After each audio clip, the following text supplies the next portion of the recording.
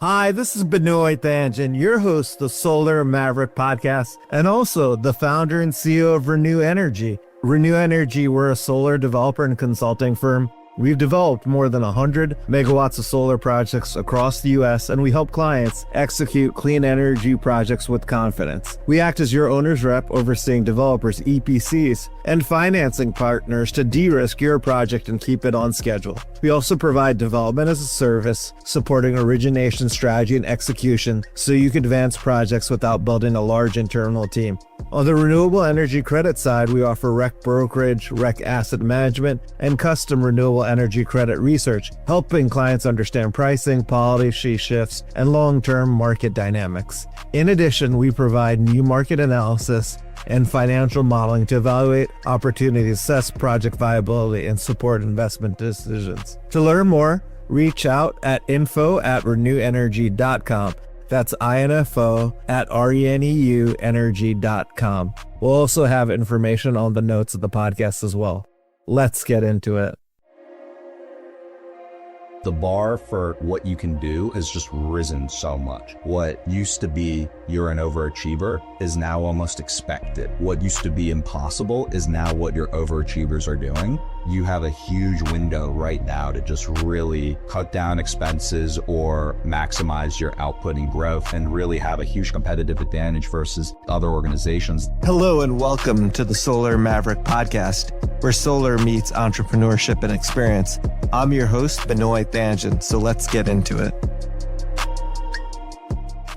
Hi, this is Benoy, your host, the Solar Maverick podcast. I'm really excited to have William Szamosszegi. He's the CEO and founder of MyWorkerAI.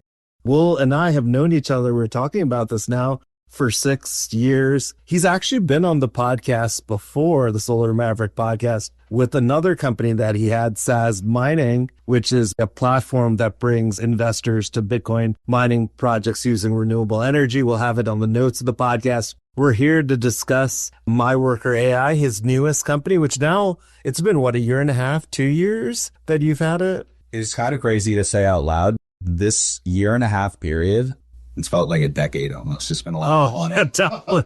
I'm sure you've learned a lot. For our audience, we have a lot of people interested in the renewable energy sector. It would be great if you could talk about what is MyWorkerAI. Let's start with that to be easier. Yeah, 100%. And also, I know that you mentioned I've been on the podcast before. For everyone listening, you already know this, but my last company, SAS Mining, was in the Bitcoin mining industry. And our now CEO is Kent Halliburton, which came through this show. So I think that out of any podcast, any audience, the Solar Maverick podcast has the number one audience. So just wanted to put that out there before we even dive in. So appreciate you having me back on. Oh, anytime. I feel like in life, you go through seasons. And what season are you in? In the season of hanging out with Benoy on the Solar Maverick podcast. Okay. I thought you were going to say spring, fall, summer, winter. It's all blur with the new company. Seriously, I'm sure I know how that is. It would be great. I'm sorry to cut you off. What is MyWorkerAI? And I'm not sure if you had that chat GPT moment where the first time you used it and you take a step back and you're like, what is going on here? This is absolutely incredible. And when you roll back the clock to when I first started SAS Mining, I kind of had that gut feeling that this is going to be a transformative technology in Bitcoin and Bitcoin mining that fundamentally improves the way that the world can operate in regards to money. And when I saw this advancement that you had in AI, I realized that you were going to fundamentally be able to build different products. And as a founder, I was like, hey, let's solve a problem that I faced. And it's like, what was the thing that really changed my life fundamentally? It was connecting with the right people. What we're doing here, connecting with Kent, connecting with partners on the mining side, energy partners. And a lot of that I've been doing the entire time just through cold outreach. We were talking about this, so who on my team had put us in touch initially. And I realized that in a world where you have amazing technology and tools, you can connect with people and open doors in a way that's much less manual than I had to do it initially. And so at the core, that's what the product does. We're coining a new term. We'll see if it fits, an AI sales team as a service. It's particularly for founders or businesses, people who are building that have got a system that works. Like maybe you've developed a project for, maybe you have a repeatable model, but you need that new relationship to scale and build something in another jurisdiction or open that door to expand your business. And so that's something that you can do in the solar industry, whether it's with that next developer, or maybe as a founder, you need that next partnership or channel partner to help grow your business. It's a long-winded explanation. At its core, it's a sales team as a service that will do all of the research and outreach to whoever you're trying to get put in touch with. That's amazing. So it's basically doing all the pre-sales related research. Yeah, just all the work everyone loves. No, it was my least favorite part. Just all the research. It takes a lot of time to do that. And if you're automating it, you save so much time. It's about efficiency and time reduction. And if you have an AI system that's able to do that quickly and efficiently, you're able to qualify leads, contact leads quicker. With every person you reach out, and this is kind of a side tangent, but sure, I think it relates, where a lot of people wonder, how do you connect with this person, or how do you build this business? And a lot of people think you can't do it because you don't have those relationships. You don't come from the family. You don't have X, Y, and Z. And most people don't. So how do you open that door? Mm-hmm. And it's understanding the incentives. If you're developing in solar, what's the incentive of the person that you're working with? And why would they want to work with you over everyone else? It's like that in every industry. And it's very manual process to do properly. You really got to understand where they're coming from, what are their pain points, and be the solution to that.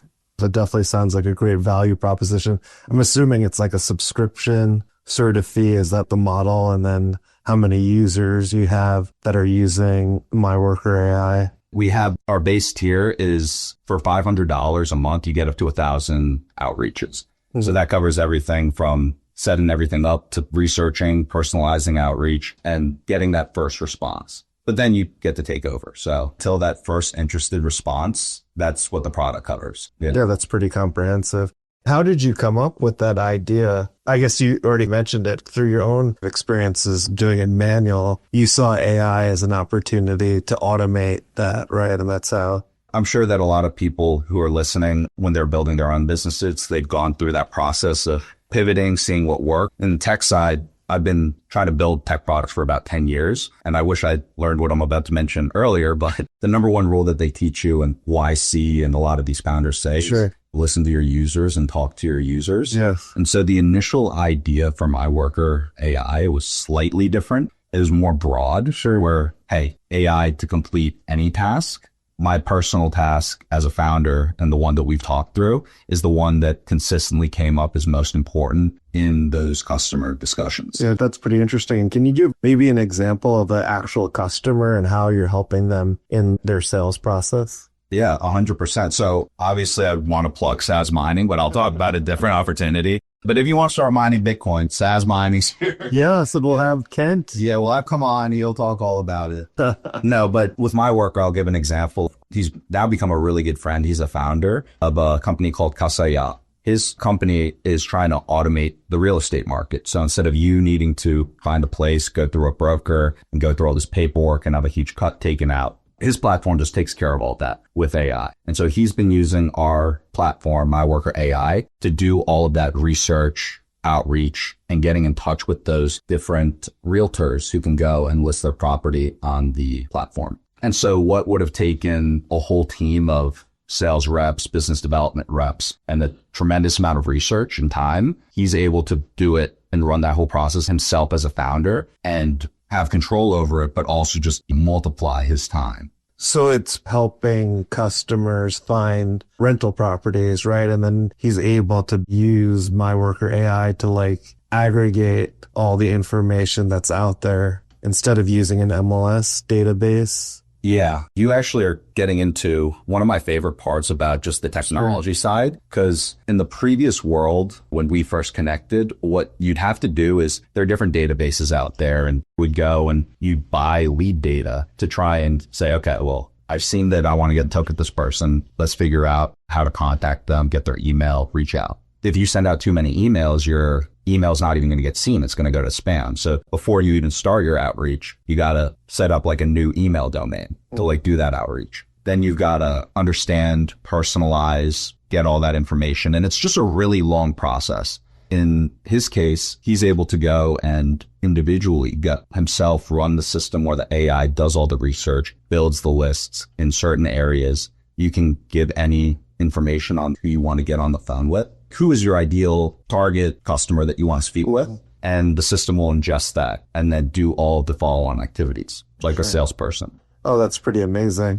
So is there bots actually having conversations with people, or is that the next iteration? Yeah, at this point, and this was actually a surprise from the customer research side, my first instinct was, hey, a founder, you're very time constrained, you're resource constrained. You want to save as much of that as possible, those resources, and have it 100% automated. Having the bots take over the full conversation. Sure. Is it technically an AI agent, not a bot? They don't say bots. Bots are more of an automated response to like emails and comments, right? Isn't an AI agent more like an audio conversation? Is that correct? Yeah, you're spot on. It's a multi-agent framework. We have a lot of data coming in and then AI doing different activities with that data. Sure. And we just put it in a simple workflow. Oh, okay. That makes sense. We're trying to make the magic happen behind the scenes with it.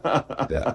What's the next iterations? I'm sure you have ideas in your mind of a more involved in the process, the sales process going forward, I'm sure. It's interesting because the process that got us to this point, we're just continuing to double down on that and figure out, okay, what are these customers and founders, the people who need this product, what do they want the most? So the big things that have been coming up are continually figuring out how to turn on the option to allow it to take on the full conversations and book in your calendar. Because some people, it's like you turn it on, you get a bunch of 30-something emails that I got to get back to. Because when you turn it on, then it's doing all this work. And if you have to take over, that really piles up and you've got a lot of responses to get to. Oh, so it does email responses at this point. That's the next iteration. Oh, iteration. So right now, but from the customer testing initially, the first people who are using the product said, hey, I want to take over and do it. But then the new switch was when we first did the customer testing, the AI wasn't as good. Now that the technology's gotten so much better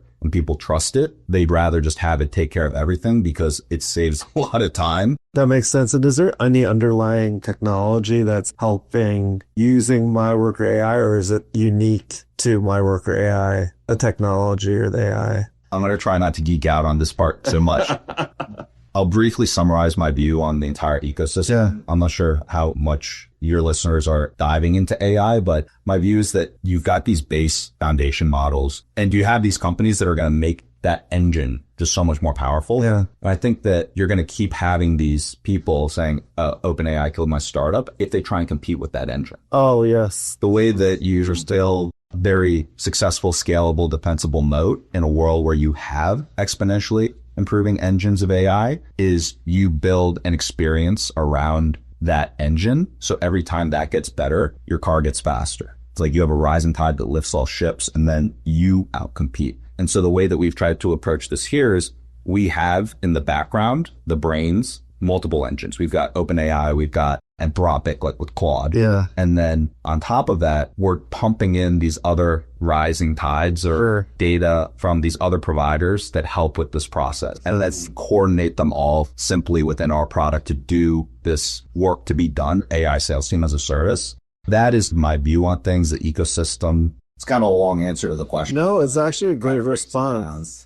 I've invested in an AI company. I'm talking to so many different AI companies. So every week I go onto ChatGPT that we subscribe. It's getting so much more advanced, and obviously to take those different models and they're advancing so quickly, right? And then it's flowing into your workflow for MyWorkerAI. That's a huge thing because in a few weeks, emails will be easy to respond to. You know what I mean? Just the technology is like so quickly advancing. That's changing all the time and then putting it into your workflow essentially. Yeah, everyone in the world very quickly had to figure out how they're going to adopt it because the bar for what you can do has just risen so much. What used to be you're an overachiever is now almost expected. What used to be impossible is now what your overachievers are doing.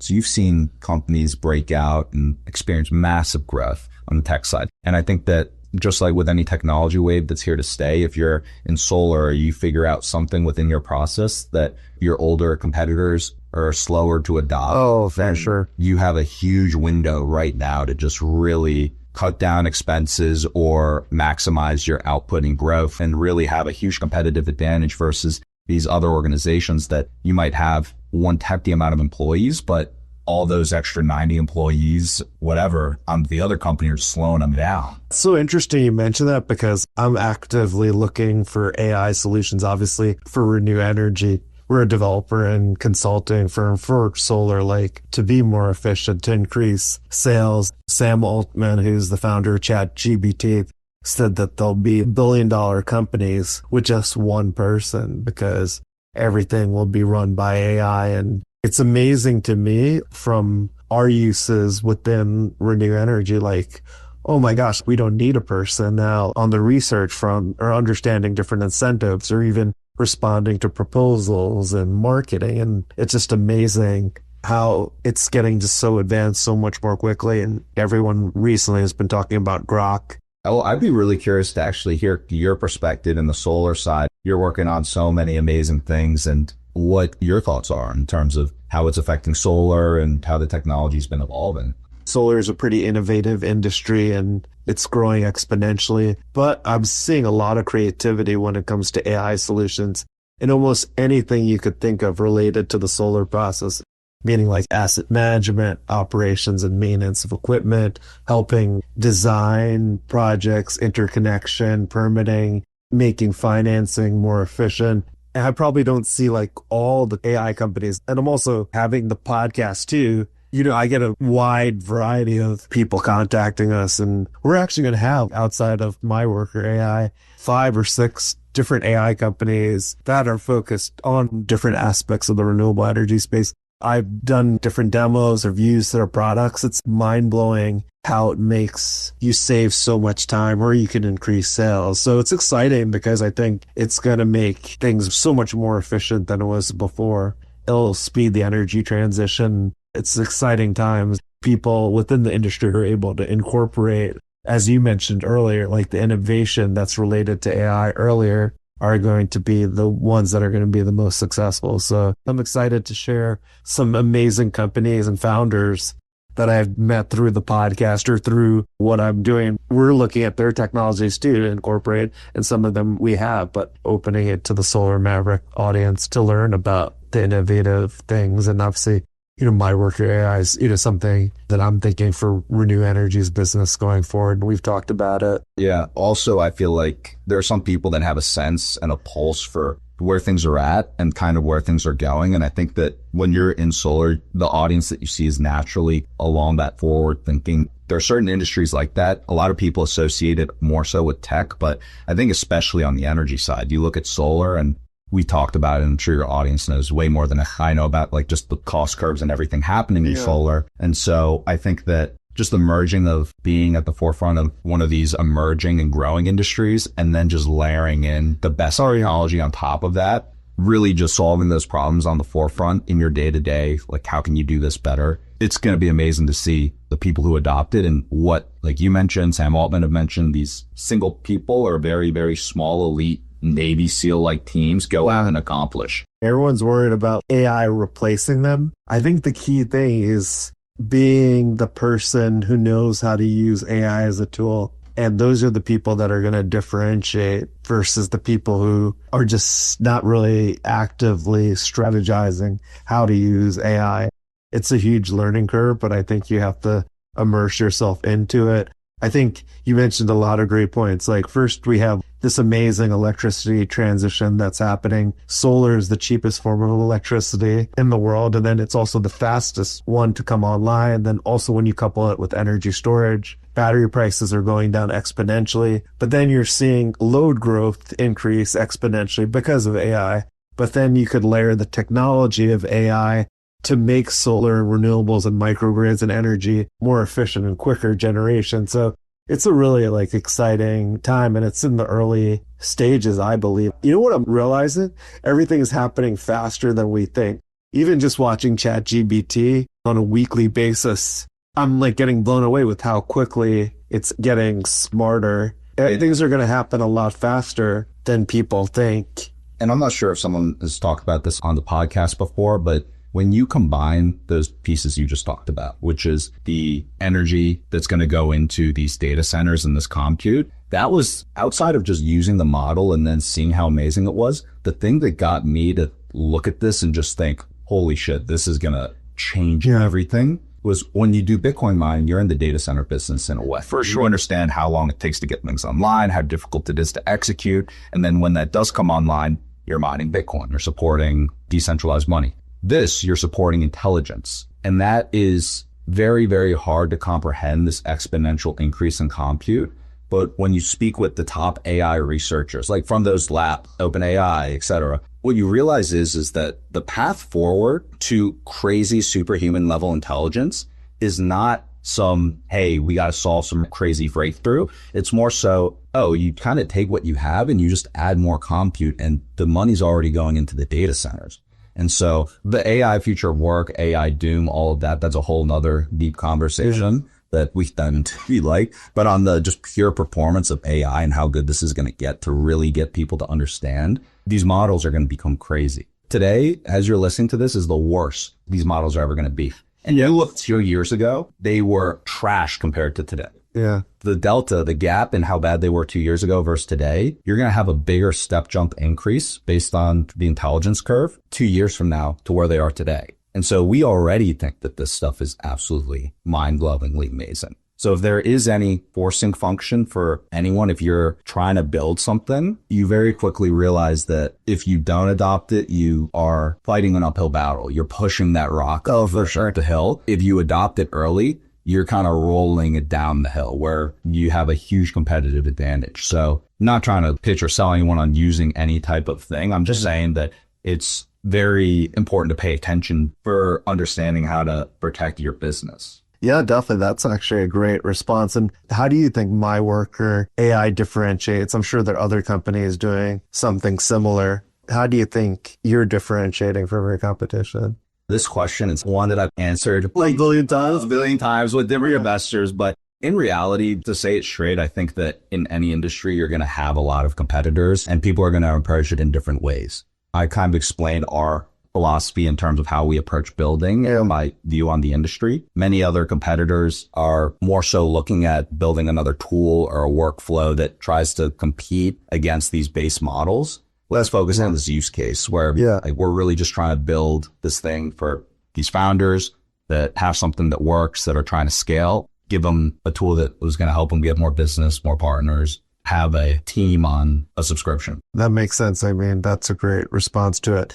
It's interesting. We go to talk about Kent, just to go in more detail on what you were talking about. So what ended up happening was Will had a Bitcoin mining podcast with his company, SAS Mining. Repeating this because this is important, actually. I went on his podcast, then I asked him to be on my podcast. Kent, who I've known for a while, he's worked in the solar industry, reached out to me and said, hey, Benoy, I'm now in crypto. I really think it's interesting what Will's doing. And then he is now the CEO of SAS Mining. William's now the president of it. It's interesting too, because he actually changed the business model, the way that you originally pitched SAS Mining and then pivoted to what you are today. It's just amazing to see, obviously, the growth of the company. Just full disclaimer, I'm an advisor for SAS Mining and an early stage investor. But the reason, Will, why I'm bringing this up is because you're looking now for a talented team within MyWorkerAI. I'm hoping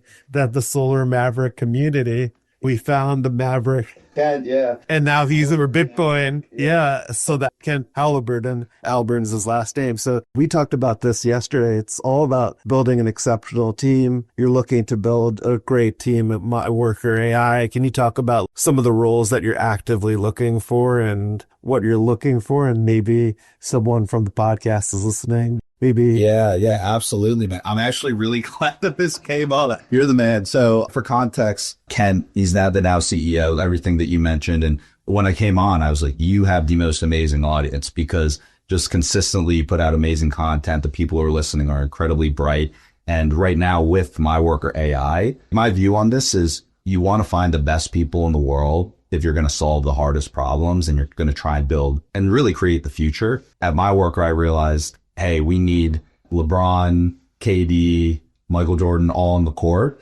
And yeah, that's the big thing for me at this point, which is I'm trying to find other people to join me, looking to have them out on as late stage co-founders of the business. And the two big roles that I'm looking for the best out there is a COO and a CTO that are going to come on and have exited businesses in the past and scaled companies, and to come at this super exciting stage and help us take this to what it truly can be. So I'm very appreciative of you bringing this up. And wasn't you mentioned it because yesterday we were talking and I mentioned how I was looking. So if you know anyone in your network, and yeah, this is actually the perfect place to put it out there. Yeah, for sure. You never know. And Will's always looking for investors too, potentially. So maybe through the interest in that, but specifically too, I think there's a lot of renewable energy companies listening who the tools of MyWorkerAI can be really helpful for them. I guess we'll have your contact information if people are wanting to learn more as well. The Solar Maverick podcast is about solar and entrepreneurship. This is your second company. You went from SaaS mining to founding an AI company. Can you talk about maybe 3 pearls of wisdom that you would give to people looking to found a company, or what you've learned? I mean, we've talked about a lot of things outside the podcast, and I've been now a founder of my own company now. It's crazy, for 13 years. So a lot of the things that you've experienced, we'll talk about because I've experienced or know someone else. But it would be great to kind of hear you're not like the young buck anymore. You know what I mean? When I first met you, he was right out of college when he started, and he was pitching me Bitcoin and SaaS mining, and I your hair. It's grown out since coming to California.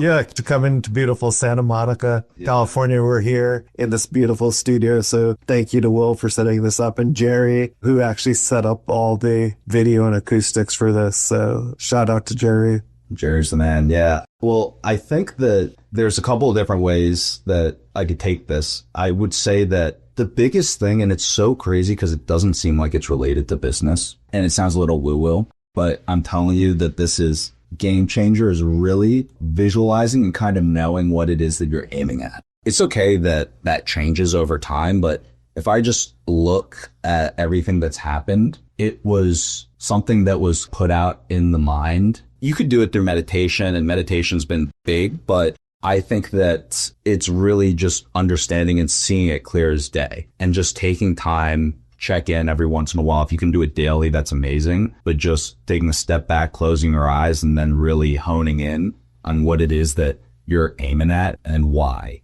That, I would say, is actually the biggest, because everything flows. Everything flows through that. Business is important, but life at the end of the day is much bigger than just a business or one thing that you're working on. And I think just mentally and just enjoying and having like a lust for life comes from really aiming at something. So I would say that's the biggest. It has to be manifest in your mind before it'll ever happen. And once it's manifested in your mind brings you to that state. It's unbelievable. And I actually listened to a lot of videos on people talking about it and try and make a scientific explanation. When you listen to it, you think, okay, I can piece these things together. This makes a little sense. But it is just something from lived experience and seeing it many other times. So it's going to be great content for your LinkedIn. That's actually really funny. Yeah, just to go on, start talking about manifestation. Yeah, it would be great. So we'll post a lot on LinkedIn. He actually puts great content out there. I'm thinking with this podcast interview, there'll be a lot of great content. Sorry to cut you off on the second. Oh, no. You're the videos and then. Yeah, well, I think that with LinkedIn, and this is another thing where it's such an amazing platform. I used to always try and work with other people and have them manage it, do weekly calls, and almost have a in-between. Yeah. But then after really just diving in and seeing, hey, with anything, there are going to be times where it's going to be harder, but it's worth it to do. And I thought that with LinkedIn, it was something where it's worth it for me to really just fully run this thing, do all the posts, do everything, and view it as a way where I can put out my thoughts and things on entrepreneurship, things on what my views are, and put it out in public. It's either it's out there or you learn something because you get feedback, and maybe there's something that you hadn't noticed, but it was never put out there. The great thing about your content is I know that it's from you because it comes out very authentic. People are just putting out content, but I think people realize when the content is authentic. And you could tell it's not a social media manager putting out that content. It's really you because you're really talking about personal experiences. And personal family photos and stuff. The selfies.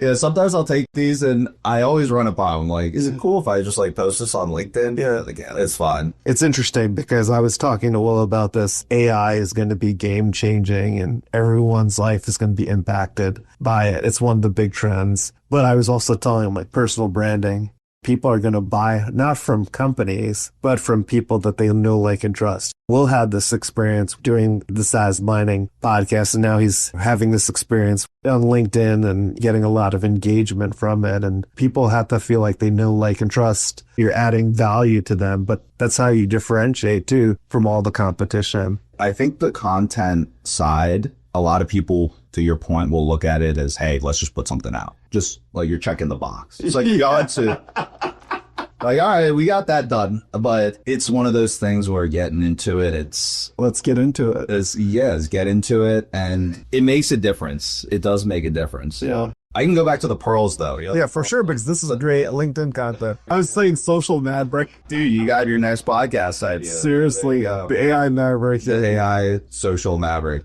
One that I would say is more business related is especially alluded to it, but it's my current thinking in terms of how to build organizations is really just finding a tight knit group of people that you trust that are great at high agency. In a world with exponentially stronger tools, you just need high agency. And that's going to be the differentiator. Yeah. Really just screening for that, the people that you like and trust and that have high agency. Yeah. I think that that's going to be a huge advantage. And that's just one like more tactical that I'm currently focused on. Oh, yeah, definitely. The last one, it's also sounds kind of woo-woo, not directly business related, but I truly think that this is one of the biggest ones.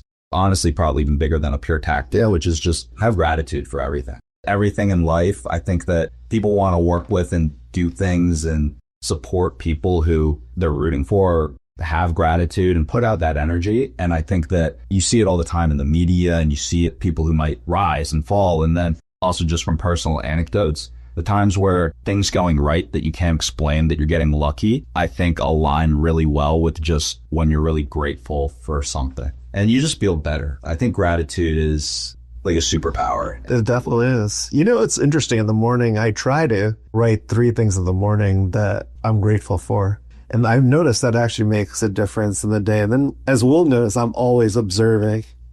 You'll call out things that were conversations I had and people that I met that you just happen to see it. You just remember everything. It's incredible. Yeah, because then when I'm walking around, I'm observing people and I'm like, I should be grateful. I'm taking what I have for granted, but there are a lot of people, if you really think about it, are not as lucky in a certain sense to have that. So obviously expressing gratitude and appreciating is all about having things half full versus half empty, that mentality for sure. And you'll hear other people talk about this at times and the negative visualization piece. Yeah. That's something that can be very effective for people to just really put your current situation into perspective, where there's a whole litany of thousands of things that if a single one of them happened, it would be the worst thing ever. And you would give up everything. Oh, yeah.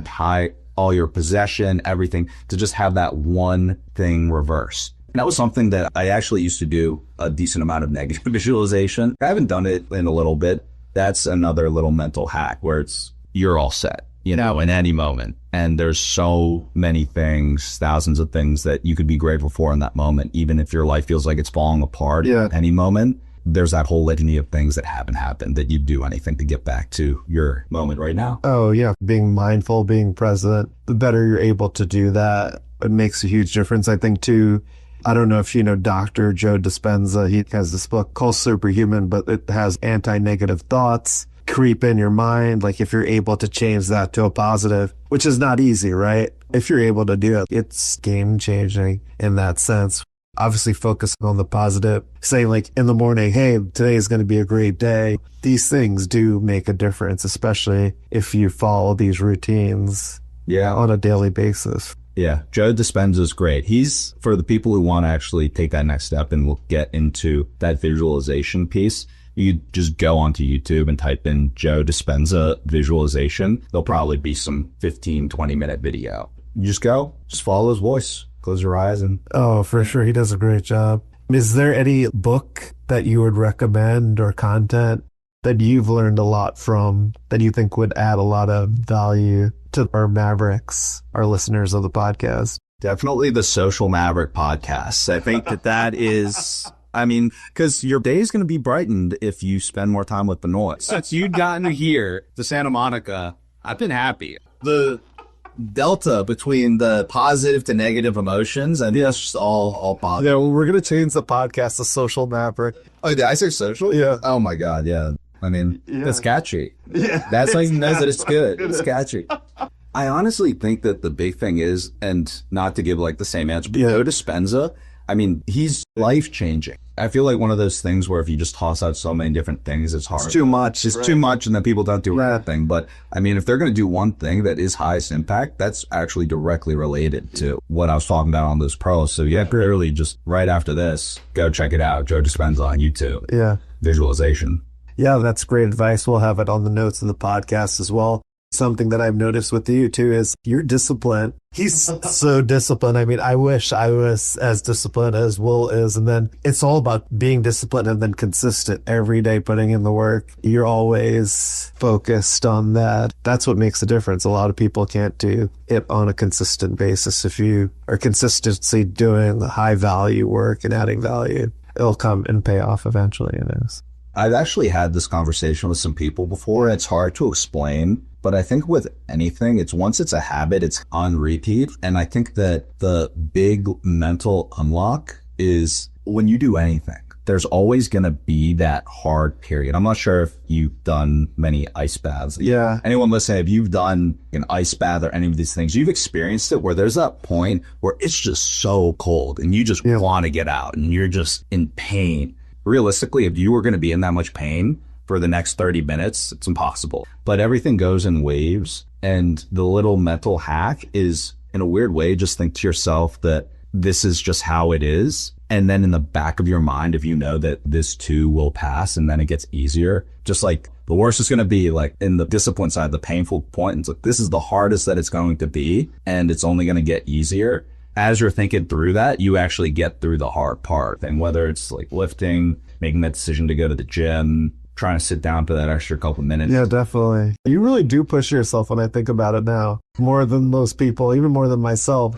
That's impressive because once you're able to push past that point, it then actually creates new places that you're able to push. Yourself too, because it's actually not a physical limitation. It's really mentally in your mind. Your mind's always looking for security to keep you safe when you're technically safe, but it's going to overcompensate, right? It's like that with everything because it'll feel like it. And in your mind, it'll say your body's done. But if you were going to die and you needed to, you could still go. Same type of thing with if you're underwater, you're trying to hold your breath. You feel like you're about to drown and you can't stay any longer. But in reality, you could stay twice as long, probably more, depending on when that's hitting you. So it's just always that mental block, making the decision ahead of time. I had an experience like that this week. I thought I was going to die. Legitimately, I was so lightheaded, about to pass out, but I was with my buddy at the gym. And at this point, we said after the first part of the workout that we were going to do 30 minutes on the Stairmaster. I was dead before I started the Stairmaster. And at the 10-minute mark, I was legitimately like, I was cramping. I was going to pass out. I had midi-calf cramps. I did exactly what I talked about here. I was dead at the 10-minute. Yeah. And I did lower the speed like a tiny bit because I couldn't stay on, but I pushed it as much as I could, where afterwards it's just that exact habit that we just talked about. Yeah, I don't know if you've heard of mantras, what the military uses. They say stuff in their head to not feel the pain. There's a Navy SEAL, Mark Devine actually is his name. Yeah. So he always would say, like when he's in a lot of pain, feeling good, looking good, feeling good, looking good, feeling good, looking good. And that's like a way of getting your mind distracted. And then you're able to push through it. And it's interesting, if you look at the Navy SEALs, it's not necessarily the most physically gifted guys who are the top Navy SEALs. It's the ones that are able to go past their mental hurdles or the pains that they're going through. I mean,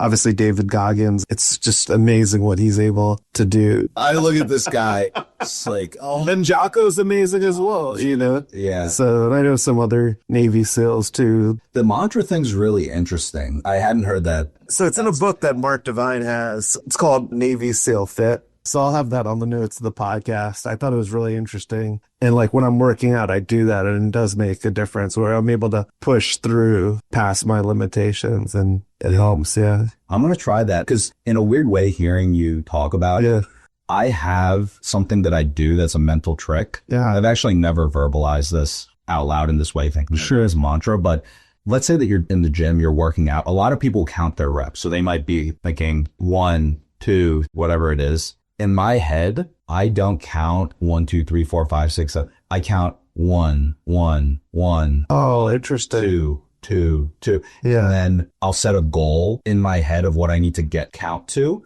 that's way higher than what I need to do. Not it's like unreasonable where it's impossible. It's like, what is the body capable of? Yeah. And then that'll get you through that period where it's really hard. But then if I'm counting 1, 2, 3, 4, time doesn't go by nearly past enough. It's like, okay, this seems like a good pace where things are still moving, but I can kill a lot of time. Yeah, that's interesting because, when you do planks, I try not to listen to the count if someone's saying it because when I'm close to the end, I'm struggling. So if I don't hear the count, that I just try to stay consistently through, which is similar to your 1, 1, 1, 2, 2, 2, whatever, 3, 3, I actually have a funny story on the plank side. My workout buddy, who's also beats, like he's in unbelievable shape. And he and I are very not competitive with each other, but we push each other harder. And we would always at the end of every workout have a competition to see who can plank longer. Yeah. The last time that we did it, we were just battling and we hit a 9-minute plank. Oh my God. God. We just amazing. So dead. And then collapsed at the same time. It was unbelievable. It was, oh my God. Yeah. But it was one of those things with the mind where if I had known that we were anywhere near 9 minutes, I probably would have just stopped or fallen out. But it was more so trying to do the mantra thing and then just think through and skip. Also competition too, right? It's a lot easier to work out with someone else. Yeah. He was also talking smack right before. Oh, so that's easier to you. In a friendly way, but he's like, I'm beating you today. Yeah. He's like trying to manifest it. And I'm like, okay, I can't let this happen. Good times. Yeah. Yeah. Well, this has been an amazing interview on the Solar Maverick podcast. Is there anything that we haven't spoken about that we should know about MyWorkerAI? Man, I think we covered everything. I would say that the big takeaway just as a whole with AI is stay on top of it. And if there's ever anything that MyWorker can do to help. What's the best way? Do you guys have a forum or the website or an email? Yeah, just myworker.ai. That'll take you to the site and you'll be able to see everything. That domain, I tried so many domains like WorkerAI. Yeah. I was pretty fired up when I got my work. Yeah. Yeah, that's interesting too. Getting the ideal sort of website. That's an ideal one. I thought myworker.ai is a great website name and obviously traffic and search and things like that. And then the LinkedIn too, if anyone wants to. Oh, yeah. To do with that. I'll be posting these clips for like the next month. Yeah, there's a lot of great content. I appreciate, Will, you coming on the podcast. I think AI is going to take over every industry and the renewable energy and the solar industry. We all have to be educated on it. And I really appreciate you talking about your thoughts on AI, but also the value that MyWorkerAI could add to the renewable energy community. And I appreciate your friendship, and it's been amazing to see your growth, and it's still pretty early in the whole thing. So keep up the great work and look forward to having you on the Social Maverick podcast again. Well, dude, thank you so much. You're the man. And I view you in many ways as like a big brother and a mentor. I've learned so much from you going through building and just seeing your support with everything and seeing what you've done with all of your companies, the Solar Maverick podcast and Reneu Energy. So I'm fired up for the next one. Yeah, I'm fired up as well. You're welcome. And I learn a lot too. I've learned a lot from you. So I appreciate your friendship and we'll keep it going. And I'm excited to release this podcast. Thank you again. All right. Hell yeah. Yes. Oh, yeah. Thanks for listening to the Solar Maverick podcast. The Solar Maverick podcast is brought to you by Reneu Energy. We're a solar development and consulting firm. If you believe that this podcast is adding value to you, please give us a 5-star review and share with those that you think could benefit from this information. Please email all questions, suggestions, and feedback to info@reneuenergy.com. That's info@reneuenergy.com. The Solar Maverick podcast is produced by Podcast Laundry and executive produced by Benoy Thanjan and Kevin Y. Brown.